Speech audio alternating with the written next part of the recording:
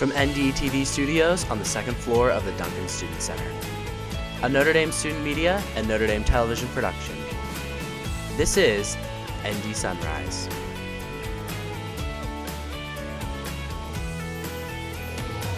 Good morning, Notre Dame. Today is November 2nd, so welcome back to the first ND Sunrise of November and the first after fall break. I'm Sam Coffman. And I'm Ashlyn Poppe. Today we'll take a look at the upcoming Clemson game, signature dorm events, and a special Taylor Swift rundown. Well, that is pretty exciting, but first, let's go through our top stories for today.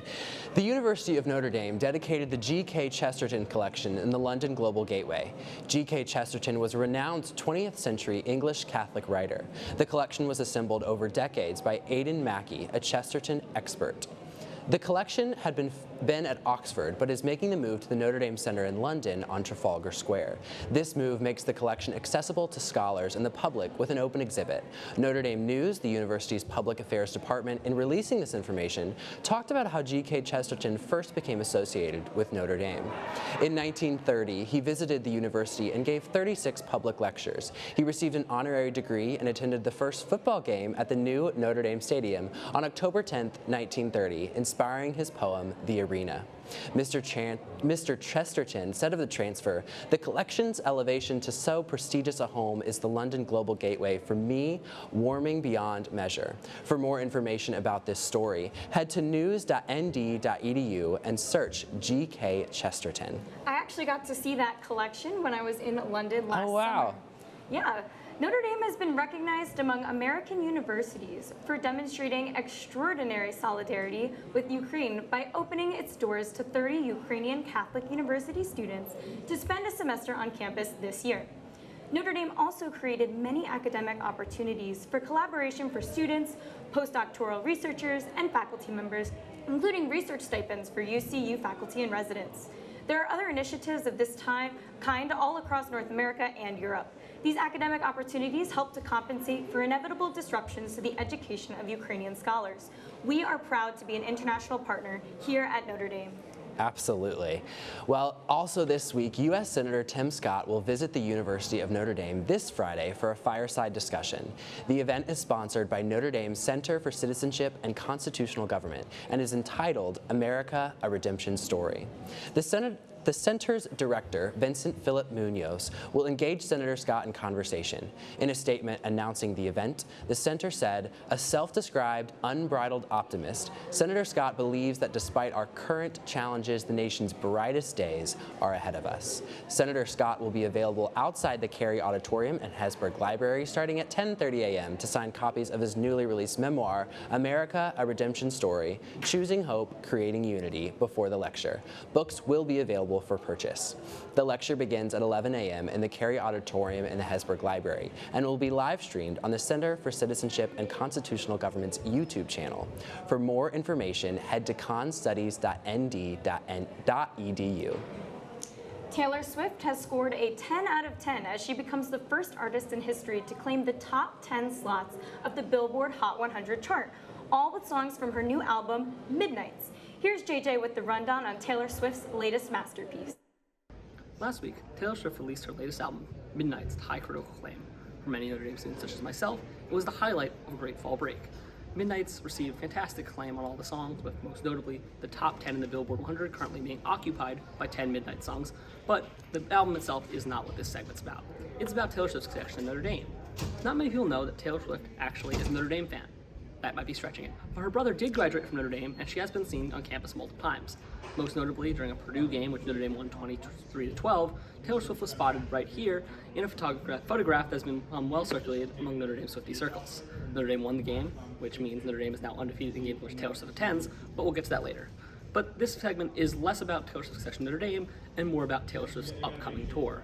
The tour announced just recently will span this spring and summer and will go across the nation, from Los Angeles, New Jersey, to pretty much everywhere. But there's one venue that she hasn't put on the list that I think should be considered: Notre Dame Stadium. At 75,000 seats, there's no bigger venue that could really be asked for in a concert tour that mainly focuses on NFL stadiums. Capacity aside, it's also a scenic venue, perfect on a summer night, Billy Joel performed there, Garth Brooks performed there, and both those concerts went superbly. I say this unbiasedly, not wanting to pay hundreds of dollars to travel back home to watch a Taylor Swift concert, that she should come perform at her brother's alma mater. The connections are there, it's perfect. Notre Dame Stadium, make the calls. But if it can't be done in this concert, there's one more thing I'd like to add. Notre Dame will play Ohio State at home next fall in what should be a premier game for a rising program against one of the nation's stalwarts right now. Most likely, College Game Day will be in attendance as they look to showcase what could be a top 10 battle. One of the hallmarks of College Game Day is they often have concerts for bigger games, getting artists to come perform live and help boost publicity for the event. Taylor Swift, if you are free in late September on a Saturday, there's no better thing that you could do than perform in South Bend, Indiana for College Game Day. She wants to be a guest picker, let her be the guest picker. Anything that needs to be done to make this happen needs to be done. I will be there. It'll be my senior year. It'll be the biggest game of my senior year. I need to see Taylor Swift perform. I'm sure hundreds of other Taylor Swift fans that are at Notre Dame will agree. Notre Dame Stadium, make the calls. College Game Day, make the calls. Taylor Swift, come home. Thanks, JJ. Now, Ashlyn, I know that you're a big Swiftie, so tell us, what is the favorite song off the new album? I have to say, all of the songs are phenomenal, of course. Sure. But I'm going to have to go with a three-way tie between Would've, Could've, Should've, Okay. Question, and Midnight Rain. Would've, could've, should've, question, and Midnight Rain. Yes. You know what? That's what I'll start with after this. I haven't gotten the chance to listen to it yet, so I'll need to do that.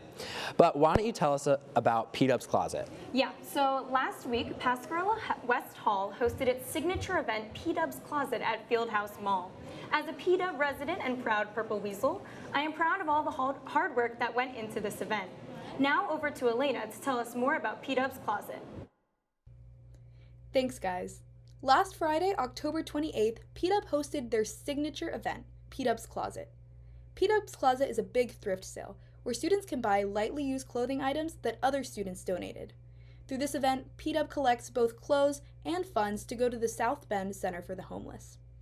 Donation boxes were placed in each dorm on campus for students to drop off any clothes that they wanted to give away. In total, around 800 clothing donations were collected. The event itself was held at the Fieldhouse Mall. There was an even bigger turnout than last year, which is great because that means there's even more money to donate to the South Bend Center for the Homeless. This has been Elena Morgan, now back to you.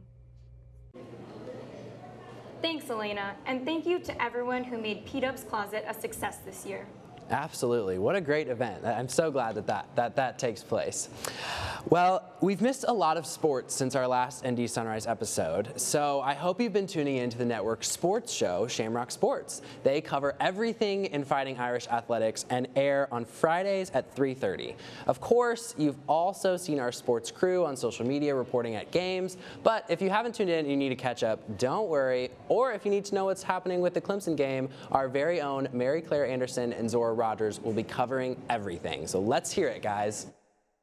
What's up, Irish fans? I'm Zora Rogers. And I'm Mary Claire Anderson. We hope you had a great fall break and are gearing up for game day. Today, we are coming at you with a quick overview of the Notre Dame vs. Clemson football game taking place this Saturday at home. This matchup is certainly a historical one. Earlier this week, head football coach Marcus Freeman described the game as a battle between two blue bloods.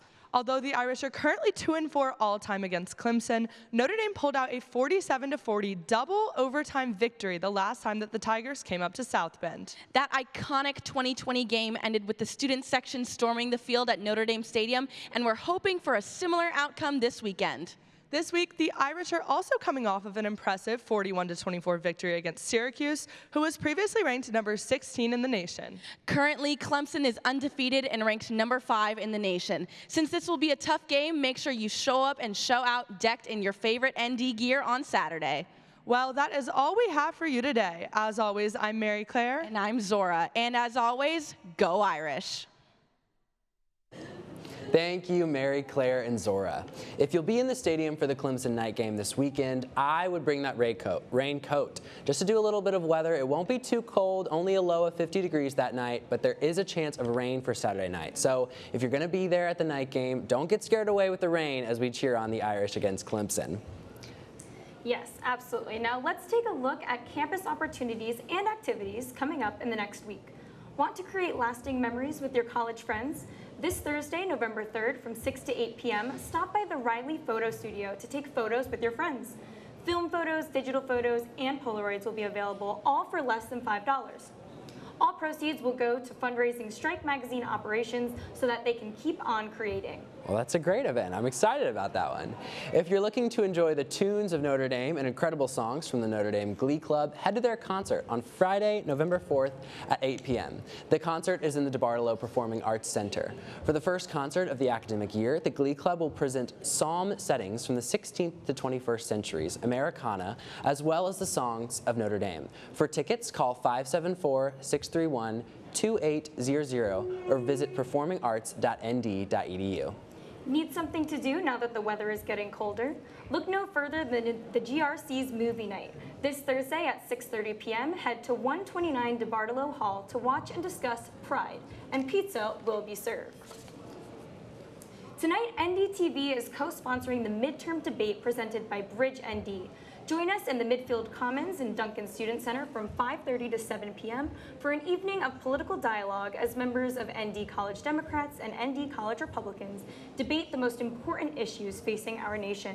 In fact, Sam is one of the midterm debate moderators. Sam, what have you been doing to prepare for this debate? Absolutely. Well, it is kind of, it's going to be a big thing, and it's going to be a big ordeal.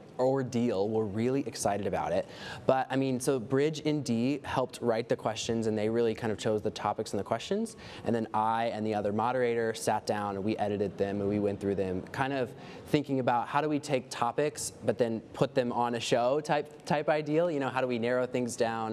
How do we make sure that questions are pointed and accurate and unbiased? And so that was really, it was kind of a lot, but we're really excited because we just want this to be good for the student body. Absolutely, I agree. And so what types of topics can we expect to hear the debaters discuss tonight? Absolutely. Well, they're going to cover the economy. Obviously, that's a huge issue in the election, obviously with the decision on Dobbs v. Jackson. We're going to cover abortion. We're going to cover the climate crisis and energy. We're going to cover education, health care. We're going to cover criminal justice, which includes, President Biden's recent clemency of people with federal marijuana records on their records. We're going to cover the state of democracy, and then the audience gets to choose. So the audience could submit questions, so make sure you're here in Duncan so you can submit questions, you can show us what you want to hear, you can tell us what you want to hear, and we'll try to throw things in as we go to the topics, or if it's something that we weren't expecting to feature for tonight, we'll throw it in at the end and we'll ask the candidates. Wow, that is a wide array of topics. I'm very excited. Sure. Yeah. In order to keep the debate constructive and insightful for the entirety of the Tri-Campus community, can you walk us through some of the rules of the debate tonight? Absolutely, absolutely. So we definitely want to, have really good and open dialogue at Notre Dame. We want to bridge ND. I mean, obviously you're on the board and we're working with them. It's a great organization, and so we really want to bring that dialogue together between Republicans and college Democrats. So we have basically elected to do it pretty open, pretty debate style. So it's 2 minutes opening statements, uninterrupted. They get to say, what they want in that 2 minutes. They can't be interrupted. And then it is a 60-second answer for each question. And then it's a 30-second rebuttal. They can ask to follow up. They can ask to rebut. The moderators get to kind of pick and choose when we're going to allow that or when we're going to move on. We don't want to get too caught up in one topic. We want to be able to move through the different topics. There's absolutely, no personal attacks, nothing vulgar, nothing like that. Because we really want to have good, respectful dialogue. So I really do hope that you'll join us, whether you watch online or whether you join us right here in Duncan, 5:30 tonight, on Wednesday tonight. We'll be down at Midfield Commons, so order some Chick-fil-A, order some Modern Market, one of those acai bowls from Rollin' and Bowlin'. Those are great ones. I've been spending a little too much flex points on those lately. So make sure you order something and sit back and relax and watch, and don't forget to participate. There will be a QR code where you can submit questions, so be sure to do that and be sure to join us. Yes, a lot of hard work went into this debate, so it's not one that you're going to want to miss. Definitely, definitely. And that's all we have for today's episode of ND Sunrise. Catch our newscast on Thursday mornings, or in this case, Wednesday morning, in the Duncan Student Center from 9 to 11 a.m. You can also find us on the NDTV YouTube page under the ND Sunrise playlist. And to keep up on all of the latest news, follow us at Notre Dame Television on Instagram, at Notre Dame TV on Twitter, and Notre Dame Television on YouTube. Do you want to get involved with NDTV? We're always searching for people interested in student-led broadcasting and TV production. Come visit our studio on the second floor of Duncan Student Center or send us an email at ndtv@nd.edu. Thank you for tuning in this morning. From all of us here at the studio, we hope you have an amazing rest of your day. For ND Sunrise, I'm Sam Coffman. And I'm Ashlyn Poppe.